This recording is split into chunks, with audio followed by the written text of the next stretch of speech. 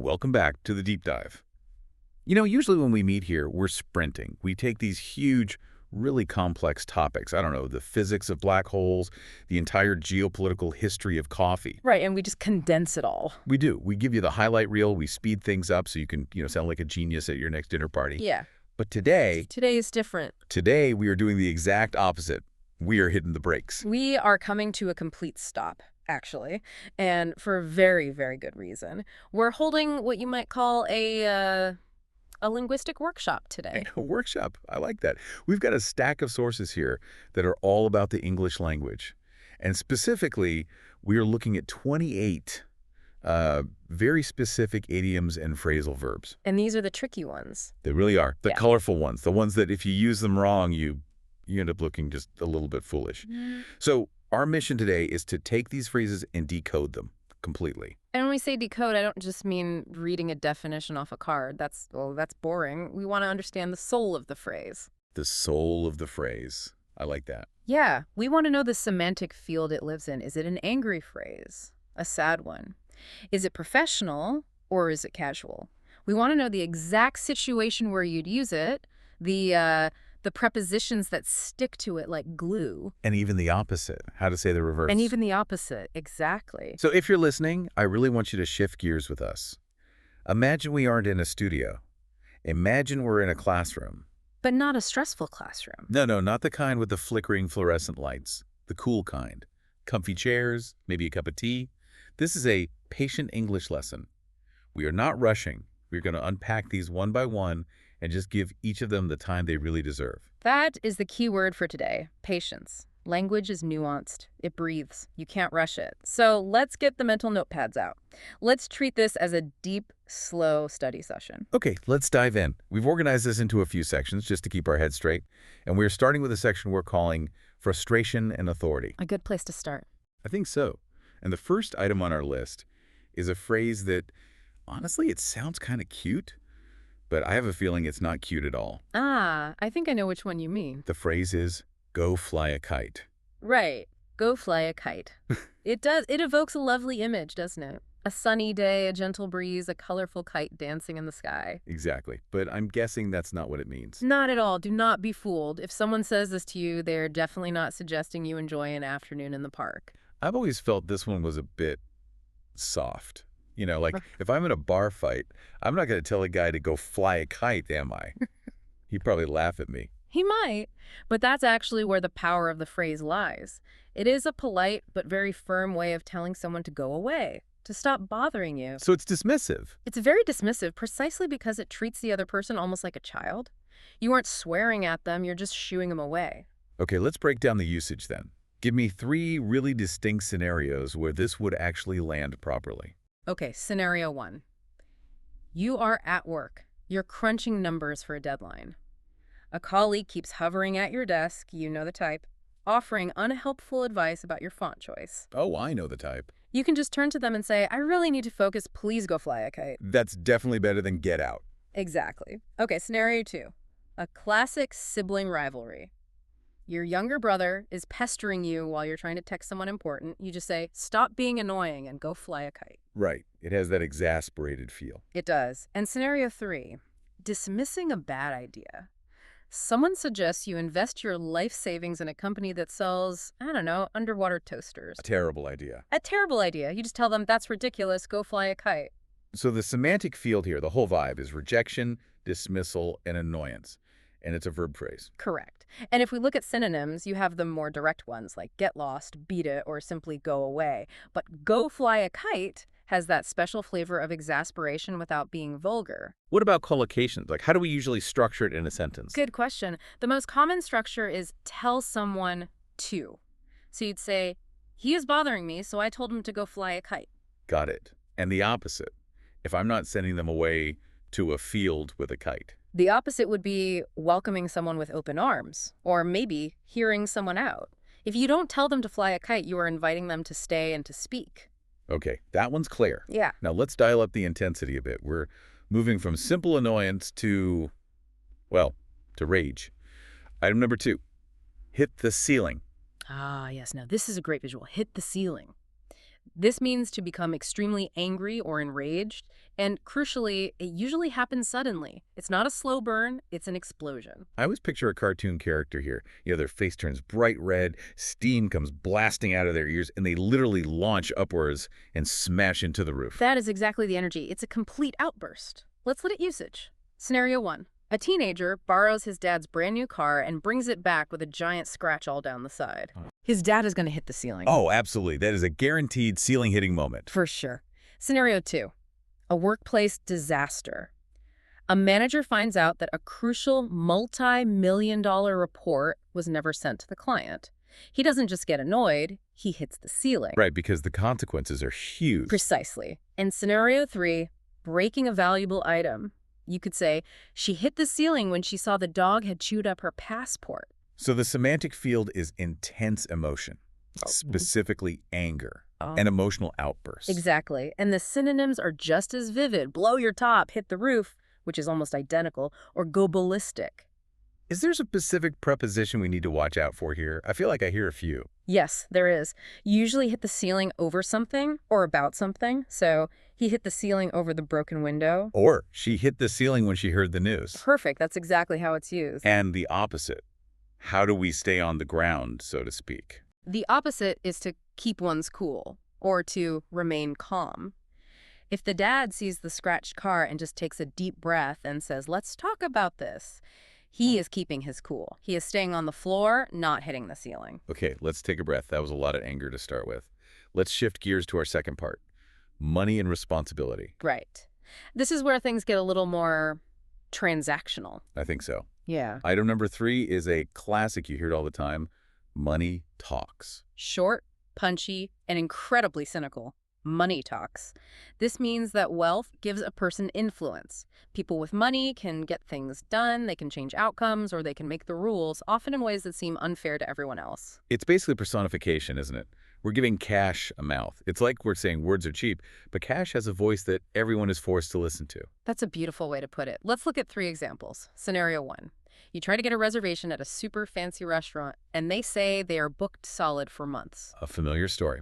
Then a celebrity walks up, slips the host a $100 bill, and miraculously, a table opens up immediately. That right there is money talking. The classic example for sure. Scenario 2. Politics. A lobbyist gets a private meeting with a senator, not because they have the best argument for the environment, but because they made a huge campaign donation. Money talks. And scenario 3. Legal proceedings. A wealthy defendant hires a team of 20 of the best lawyers and gets off scot-free, while a poor defendant with a public defender goes to jail. Money talks. So this sits in the semantic field of power, economics, and influence. It's an idiomatic sentence. It is. Synonyms would be phrases like cash is king or the very dark but related everyone has a price. What about the opposite? Ideally, what's a counter-argument to this worldview? The opposite sentiment is that principles matter more than profit, or maybe the simpler, money isn't everything. It's the belief that integrity can and should override the loud voice of cash. A nice thought. Anyway, okay, moving on. Item number 4. Now I have to point out, our source text actually had a little typo here. It said, if the shoes fits, plural. But we need to be precise for our learners. We absolutely do. Precision is key. The idiom is strictly singular. If the shoe fits, wear it. If the shoe fits, wear it. So this isn't about Cinderella, is it? Not really, though the imagery of fitting a foot perfectly into a shoe is very similar. This means that if a criticism applies to you, you should accept it. You should own it. Ah, so it's often used when a general negative comment is made and one specific person gets offended. That's the classic use case. It's like a trap. The speaker is saying, I didn't say you were the problem, but if you think I'm talking about you, well, you're probably the problem. Okay, that's clever. Let's hear some examples. All right, scenario 1. A teacher stands in front of the class and says, some people in this room are incredibly lazy.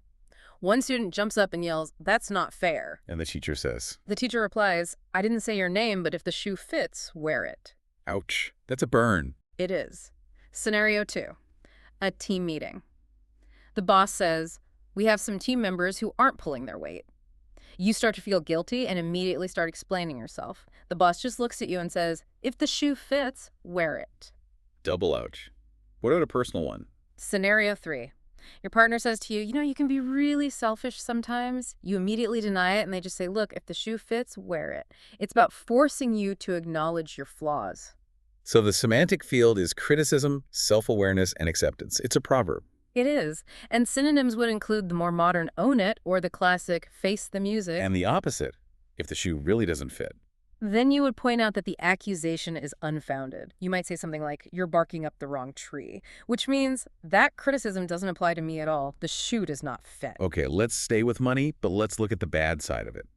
Item number 5, in the hole. In the hole. This is a prepositional phrase, and it means being in debt or having a deficit.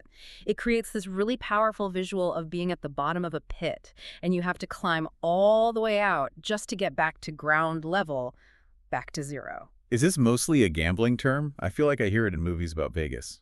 It definitely has strong roots there. So, scenario 1, you go to Las Vegas, you lose $5,000 playing blackjack, you are now $5,000 in the hole. Right. But businesses use it too, right? They do all the time. Yeah. Scenario 2, a startup company spends $1 million on development but hasn't sold a single product yet. They are deep in the hole. They are operating at a loss. And it can be used outside of finance? Yes. Scenario 3 is sports. A baseball team is down 0-3 in a 7-game series. They are in the hole. It just implies a significant disadvantage that you have to overcome. So the semantic field is finance, debt, and disadvantage. Correct. And its synonyms include in the red, which comes from old accounting ledgers where losses were written in red ink or simply in debt or behind. Prepositions are key here, I assume. Very. It's always in. You are in the hole. You are never on the hole or at the hole. And the opposite is where we all want to be. We hope so. In the black, flush with cash. Or, in the sports context, ahead of the game. That's the goal. All right, let's move to part 3. Arguments and confrontation. This is for when the conversation gets heated. Yes, these are the phrases for tense moments. And item number 6 is not have a leg to stand on. I love this one because it's such a powerful structural metaphor. To not have a leg to stand on means you have absolutely no support for your argument or your position. You are easily and completely proven wrong. Makes me think of a table. If you take all the legs away, the whole thing just crashes to the floor. Precisely. That's the image. Let's do 3 examples. Scenario 1, a lawyer walks into court. He wants to defend his client, but he has no witnesses, no evidence, and no alibi. The judge knows this lawyer doesn't have a leg to stand on. He's going to lose badly. He is. Scenario 2, an employee shows up late for the 10th time this month. The boss calls him into the office. The employee tries to argue he's a model worker, but the time cards prove otherwise. He doesn't have a leg to stand on. The evidence is stacked against him. Completely. Scenario 3. You're debating a friend about a movie. You say with total certainty, that actor was not in that movie. They pull up their phone, go to IMDb, and prove he was. And instantly you don't have a leg to stand on. Instantly, the argument is over. So the semantic field is debate, logic, and weakness. It's a verb phrase. Synonyms would be baseless, unfounded, or defenseless. And the opposite? The opposite would be to be on solid ground, or to have a strong case. You have all 4 legs on your table. Next up is a phrase that feels very visceral, very physical.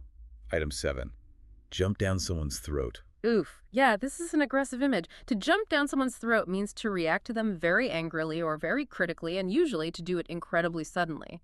It implies a serious overreaction. So it's not just a disagreement, it's an attack. It is an attack. Scenario 1. You ask your boss a simple, innocent question like, "Excuse me, do you have the time?" And they scream, "Why are you bothering me? Can't you see I'm busy?" Whoa. That just jumped down your throat. Yeah, they really did. That's intense. Scenario 2. A couple is arguing. One person tries to apologize, and the other person immediately starts listing every single mistake they've ever made in the relationship. They're jumping down their throat. So there's no room for discussion. None. And scenario 3. You offer a helpful suggestion in a meeting, and a colleague immediately mocks it before you even finish your sentence. They jump down your throat. The semantic field is aggression, overreaction, communication breakdown. And the synonyms? Synonyms include snap at, lash out, or berate. What's the opposite of that then? How do you react calmly? You would respond gently, or you might handle someone with kid gloves, meaning you treat them very carefully and delicately. It's the difference between patience and immediate aggression. Okay, let's move on. Part 4 is all about risk and secrets. Item 8 is out on a limb. Out on a limb. This phrase comes from tree climbing. If you climb out onto a very thin branch, a limb, to get the best fruit or the best view, you're in a dangerous, precarious position because that branch could break at any moment. Right. So the meaning is taking a risk. Taking a risk, yes, but often it's to support someone or something that isn't popular or safe. I like that imagery. It feels very solitary. You're out there all alone on that branch. You are. You're exposed. So, scenario 1. You predict that a massive underdog sports team, one that everyone thinks will lose, is going to win the championship. Everyone else picks the favorite. You are going out on a limb with your prediction. You're taking a reputational risk? What about a social one? Scenario 2 is a great example of social risk. Everyone in the office dislikes a certain colleague, but you stand up in meeting and say, actually, I think he has some really good ideas. You are going out on a limb for him. You're making yourself vulnerable to criticism. And a financial example. Investing in a risky startup that has no product and no revenue yet, you're definitely going out on a limb. The semantic field here is risk, vulnerability, and support. And some synonyms. Being in a risky position or sticking one's neck out, which we'll get to later. Are there common collocations for this one? Yes, you usually go out on a limb or you find yourself out on a limb. And the opposite of being out on that shaky branch. Playing it safe, hedging your bets, staying close to the strong, sturdy trunk of the tree. Okay, next up, item 9, on the line. This is similar to the last one, but the focus is a little different. On the line means being at risk of being lost or failed. It emphasizes the stakes, what you stand to lose if things go wrong. Where does this one come from? Gambling, maybe? It's very likely from gambling or boundaries. Imagine putting your money literally on a specific line on a betting table. So, scenario 1 is very direct. My job is on the line. This means if this project fails, I will be fired. The stakes are your career. Exactly. Scenario 2, reputation. The company's entire reputation is on the line with this new product launch. If it's a disaster, the brand could be ruined. And scenario 3, back to the literal. Literal money. I have $500 on the line in this poker game. The semantic field is risk, stakes, and danger. And the synonyms for this one. Things like at stake, in jeopardy, or up for grabs. And the opposite. Secure, safe and sound. If nothing is on the line, you have nothing to lose. Okay, let's shift from risk to secrecy. Item 10. Keep under one's hat. This is a delightful, somewhat old-fashioned idiom. To keep something under your hat simply means to keep it a secret, not to tell anyone. I'm guessing this comes from a time when men wore hats everywhere. That's exactly right. The idea is that the thought stays in your head, covered up by the hat, and doesn't leave your mouth. It implies a great deal of discretion. Give me a few examples. Okay, scenario 1. Planning a surprise party. You'd tell the guests, we are throwing a party for Dave on Saturday, but please keep it under your hat. Right, classic use. Scenario 2. Corporate secrets. A CEO might tell her board, we are in talks to merge with another company, but you must keep it under your hat until the press release is official. And a more personal one. A friend tells you they're pregnant but haven't told their family yet. They'd say, please keep this under your hat for a few more weeks. The semantic field is secrecy, discretion, trust. What are some other ways to say this? You could say keep a lid on it, teep mum, or hush up. And the opposite of keeping it under your hat. That would be to spill the beans, which we'll get to, or to shout it from the rooftops. Total, complete disclosure. Okay, part 5, criticism and betrayal. We're getting into some heavy moral lessons now. We are. These are about human behavior. Item 11 is a full proverb. People who live in glass houses shouldn't throw stones. This is a classic. The imagery is so clear and so fragile. If you live in a house made of glass and you throw a stone at your neighbor's house, what are they going to do? Throw one right back. And your house will shatter. The meaning is simple. You shouldn't criticize other people for faults that you also have. It's the ultimate check on hypocrisy. It is. Scenario 1. A person who has incredibly messy dishes everywhere, clothes on the floor, starts yelling at their roommate for leaving a single coffee cup on the table. That person is living in a very fragile glass house. And shouldn't be throwing stones. Scenario 2. A politician who has famously cheated on his taxes attacks his opponent for a minor financial error. Glass house. And scenario 3, an employee who is always late for work, scolding a colleague for being 5 minutes late one single time. The semantic field is hypocrisy, judgment, and advice. What are the synonyms for this concept? The best ones are look in the mirror, Or the very common, the pot calling the kettle black. And the opposite. What's the positive version of this? To practice what you preach. To be consistent and hold yourself to the same standards you hold others to. All right, item 12. Raise a stink. This is a very sensory idiom. To raise a stink means to make a big public complaint or cause a commotion about something. You are creating a metaphorical bad smell that everyone around you is forced to notice. I feel like I see this in customer service situations a lot. Constantly. That's scenario 1. You're at a restaurant, your soup is cold, and instead of politely asking the waiter for a new one, you stand up and start screaming at them in front of everyone. You are raising a stink. Not the best approach. Not at all. Scenario 2. A more noble cause. A community protesting a new landfill being built near their homes. They go to the city council meetings and they raise a stink. Yeah, third one. A child in a toy store who wants a specific toy and starts screaming and crying on the floor when their parents say no. That child is raising a stink. The semantic field is complaint, protest, and noise. Synonyms would be. Make a fuss, kick up a row, or cause a scene. And the opposite. To let it slide, to keep quiet, or to go with the flow. Just accepting the situation. Item 13 is another one I hear all the time. Scratch someone's back. Yes, often as part of the full phrase, you scratch my back, I'll scratch yours. This refers to reciprocity.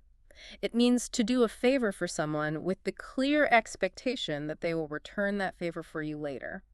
Is this always a negative thing? It sounds kind of nice, like, monkeys grooming each other. It can be innocent. That's a good point. Scenario 1 is neighbors. I'll water your plants while you're on vacation if you'll walk my dog next weekend. That's just scratching each other's back. Right, that's just being neighborly. But it very often implies a level of corruption. Ah, okay. So scenario 2. Politics. A politician says to another, I'll vote for your bill if you get my nephew a cushy job in the city government. Definitely corruption. And in business. Scenario 3. A company executive says, I'll give your company this huge contract if you give me free tickets to the Super Bowl.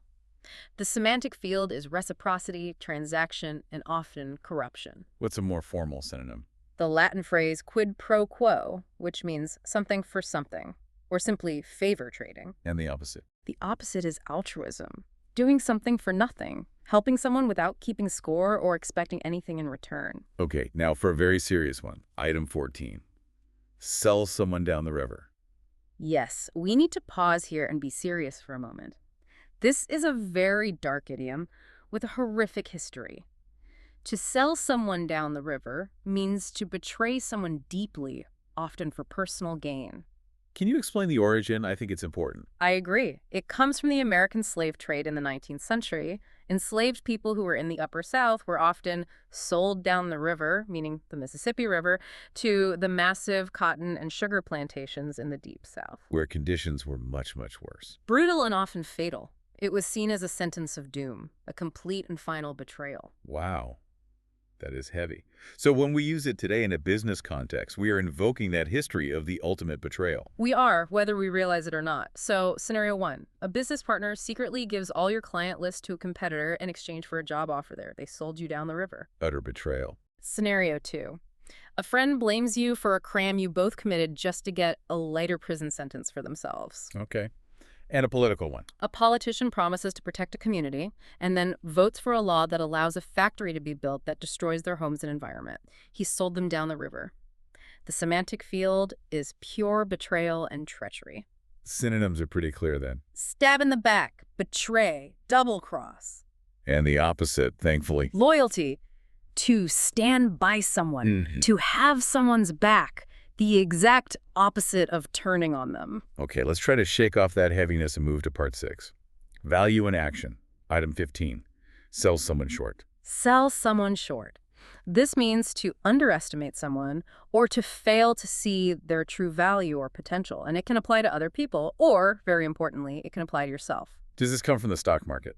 Like short selling? It very likely does. It's like betting that something or someone will lose value or fail. So, scenario 1, you have a very quiet friend.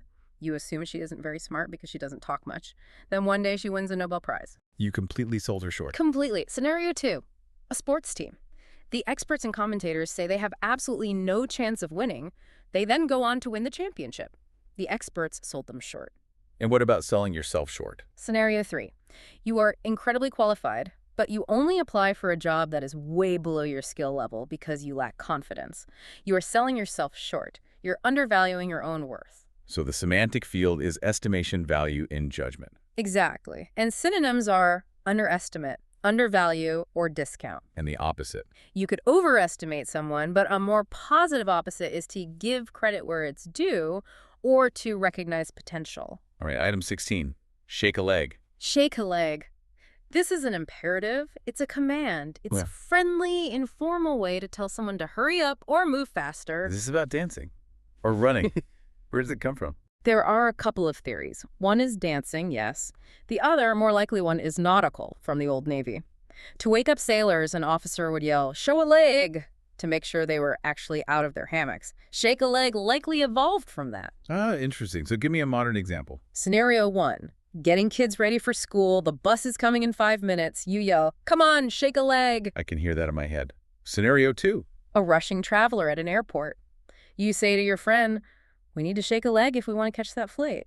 And at work? "Come on, team, let's shake a leg and finish this project before the deadline." Yeah. The semantic field is all about speed, urgency, and action. Synonyms are hurry up, get a move on, or the very British chop chop. And the opposite of shaking a leg. To take your time, or, my favorite, to drag your feet, which means to move deliberately, slowly. Item 17. Again, our source had a little type. It is entirely nautical. If a sailor on a ship couldn't do his job properly, couldn't shape up, he was shipped out. He was fired and removed from the vessel. It is an ultimatum. Improve your behavior or performance or leave. A clear choice. Very clear. So, scenario 1, a boss to a lazy employee.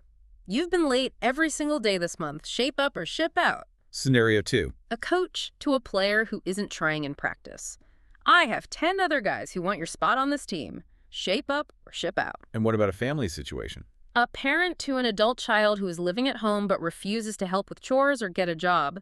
"If you want to live under my roof, you follow the rules. Shape up or ship out." The semantic field is ultimatum, discipline, performance. And synonyms are get your act together or the very direct improve or leave. And the opposite would just be letting things slide. Exactly. Accepting poor performance. The status quo is acceptable. Okay, on to part 7. Deception and suspicion. Item 18 is shoot off one's mouth. To shoot off one's mouth. This means to talk boastfully or indiscreetly. To speak without thinking first. It conjures this great image of a gun going off accidentally. It's loud, it's careless, and it can be dangerous. Okay, so scenario 1. A braggart at a party, you'd say, "He's always shooting off his mouth about how much money he makes. He's boasting." What about the indiscreet angle? Scenario 2, accidental secrets. "I am so sorry I revealed the surprise. I just shot off my mouth without thinking." And a third. Making promises you can't actually keep. "He shot off his mouth about being able to fix my car, but it turns out he has absolutely no idea how to do it." The semantic field is speech, arrogance, and carelessness. Synonyms would be. Brag, blab, or run one's mouth. And the opposite of this. To keep one's counsel, to be discreet, or simply to think before speaking. Item 19, smell a rat. "I smell a rat." This wonderful phrase means to suspect that something is wrong, dishonest, or that you're being tricked. You can't necessarily see the problem yet, but your intuition, your nose, is telling you it's there. Why rats specifically? Well, rats have always been associated with pestilence, decay, and hiding in the dark. So if you can smell one, it implies something is rotting or hidden away that shouldn't be. Makes sense. So scenario 1. You get an email saying you've won $1 million in a lottery you never even entered. You smell a rat immediately. It's a scam. A very obvious. Very obvious. Scenario 2. A salesperson offers you a deal that is just too good to be true. It feels off. You smell a rat. And a personal one. Your usually messy roommate suddenly cleans the entire apartment and buys you dinner out of the blue. You smell a rat? What do they want from you? The semantic field is suspicion, intuition, and detection. Exactly. Synonyms would be to be suspicious or to sense something fishy. And the opposite. To take at face value, to trust implicitly, to not be suspicious at all. Okay, item 20, snow job. A snow job. This is a noun phrase. It refers to an intense effort to deceive or persuade someone, usually by using overwhelming talk, flattery, or confusing jargon. It's like burying someone in a blizzard of words so they can't see the truth. Okay, I think I get it. Scenario 1. A student who didn't do their homework, stands up and gives this incredibly complicated, long-winded excuse about how the internet was down and then the printer broke and then there were solar flares. He is giving the teacher a snow job. Right. Overwhelming with details to hide the simple fact he didn't do it. Precisely. Scenario 2. A mechanic explaining why your simple car repair is going to cost $2,000, using a stream of technical words you don't understand just to confuse and intimidate you. That's a snow job. I feel like politicians are good at this too. Scenario 3 is exactly that. A politician avoiding a simple yes or no question by talking for 10 minutes about synergy and future growth and leveraging assets. It's a snow job. The field is deception, manipulation, and speech. Synonyms. Whitewash, bamboozle, or a con. And the opposite. The straight truth, plain speaking, no nonsense. Item 21, spill the beans. To spill the beans, this means to reveal secret information and often to do it unintentionally or prematurely. I heard this might come from ancient Greece. Is that true? There is a theory about that, yes. That secret societies would vote by placing a white bean for yes or a black bean for no into a jar. If someone accidentally knocked the jar over, spilled the beans, the secret vote was revealed to everyone before it should have been. Fascinating. So, scenario 1. The classic surprise party spoiler. You'd say, I feel so bad I accidentally spilled the beans about the party to Sarah. Movie spoilers. Scenario 2, for sure. Don't talk to him about the new movie. He'll spill the beans about the ending. And in a more serious context. Corporate leaks. Someone on the inside spilled the beans to the press about the new product design. The semantic field is secrecy, revelation, and mistakes. What are some other phrases like this? Let the cat out of the bag, which is very similar, or blurt out, or simply reveal. And the opposite of spilling them. Zip your lips. Keep a secret. Keeping the beans safely in the jar. We're on to part 8. Effort and manipulation. Item 2. Spread oneself too thin. To spread oneself too thin. Imagine you have a very small amount of butter and a very large piece of toast. You are the butter. The tasks and commitments are the toast. If you try to cover the whole piece of toast, the butter layer will be almost transparent. So it means you're trying to do too many things at once. Exactly. And the result is exhaustion or just poor quality in everything you do. Give me an example. Scenario 1. A college student who is taking 6 advanced classes, working 2 part-time jobs, and trying to play on the university sports team. They are spread way too thin. Something's got to give. Something will. Scenario 2. A business trying to launch its product in 10 different countries all at the same time without the resources to do it properly. They are spread too thin. In a personal family example. A parent trying to attend every single school event, sports practice, and music recital for 3 different children while also working full-time, they can end up feeling completely overwhelmed, spread too thin. The semantic field is capacity, stress, and management. Yes. Synonyms are overextend, overcommit, or to burn the candle at both ends. And the opposite, healthy approach. To focus, to specialize, to pace oneself, to butter one piece of toast well. Item 23. Stick out one's neck. This is similar to out on a limb, but it's more anatomical and perhaps more dangerous. To stick out one's neck implies you are literally placing your head on a chopping block for someone. It means to expose oneself to significant risk, usually to help someone else. So there's a sense of sacrifice here. Very much so. Scenario 1.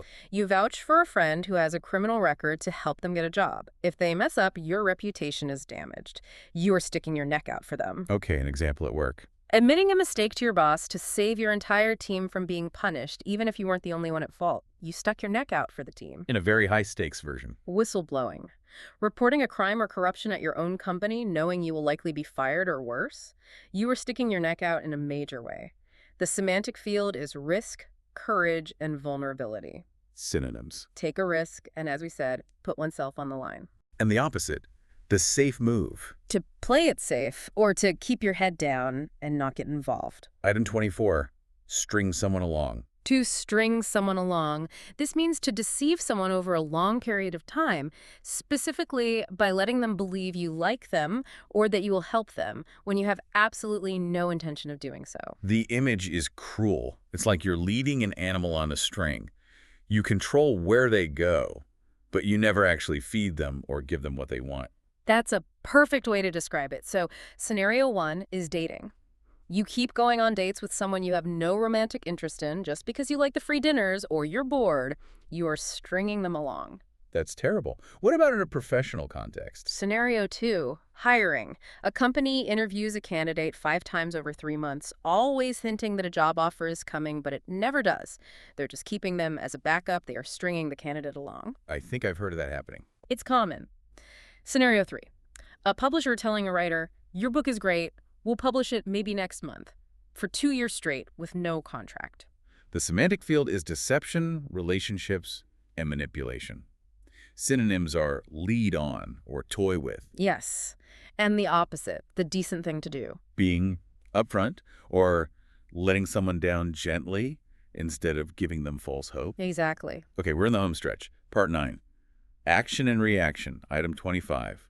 Turn someone off. To turn someone off, this is a mechanical metaphor. It's like flipping a switch from on, meaning interested, to off, meaning disinterested. It means to cause someone to lose interest or even to feel disgust. Okay, so a classic example for this one. Scenario 1.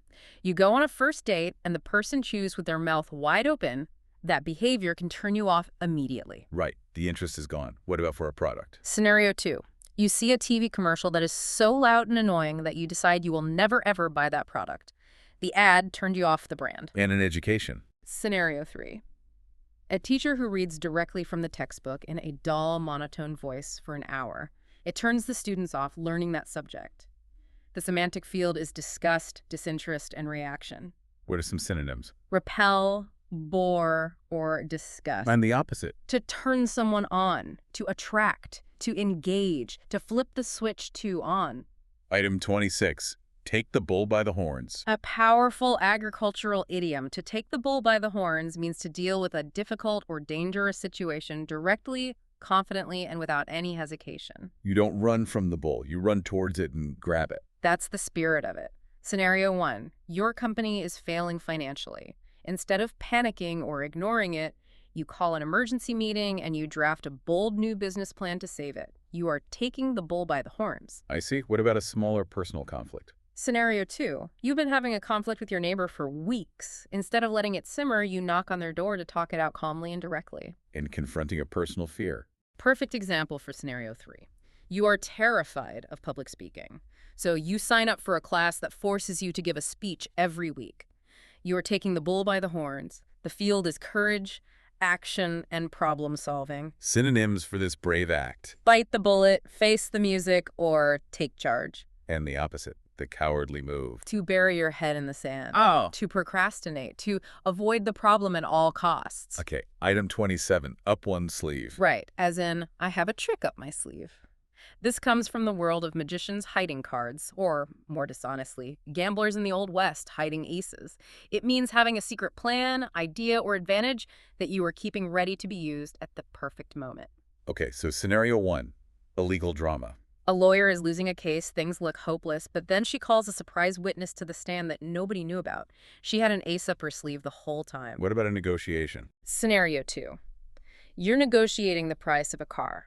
You're about to walk away from the deal, but you have a printout of a better offer from another dealer in your pocket. That's your card up your sleeve. And in sports. A football coach calls a crazy, unexpected play that nobody has ever seen before to win the championship game. A trick up his sleeve. The field is strategy, secrecy, and preparation. So synonyms are things like... And reserve, a secret weapon, or a backup plan. And the opposite of having something up your sleeve. Being out of ideas, empty-handed, or being an open book with no secrets at all. And finally, our last one, item 28, spillover. Spillover. This is most often used as a noun. It refers to the effect of one situation spreading or overflowing into another separate area. The image is a cup of water that's too full, and it spills onto the table. So scenario 1, a personal one. You have a terrible, stressful day at work. You come home and you yell at your innocent dog for no reason. That is spillover. The work stress has spilled over into your home life. I think we've all experienced that. What about in economics? Scenario 2. A major recession in a large country like the U.S. causes a recession in all the smaller countries that trade with it. That's called a spillover effect. And in geopolitics. Scenario 3. A war in one nation causes millions of refugees to flood into the neighboring nation, creating a humanitarian crisis there. The conflict has spilled over the border. The semantic field is consequence, spread, cause, and effect. Are there prepositions to watch for here? Yes, Usually you talk about spillover from a source into a target, And synonyms. ripple effect, repercussion, or after effect. So what's the opposite of spillover? Containment, isolation, keeping the water safely inside the cup. Phew! Whew is right. That was a marathon. It really was. We went from flying kites to taking bulls by the horns. We covered the animal kingdom, the human body, the gambling table. It's a lot to take in. I know. And I just want to say, as a reminder to everyone listening, these idioms, they're the flavor of English. They really are what make you sound natural and fluent.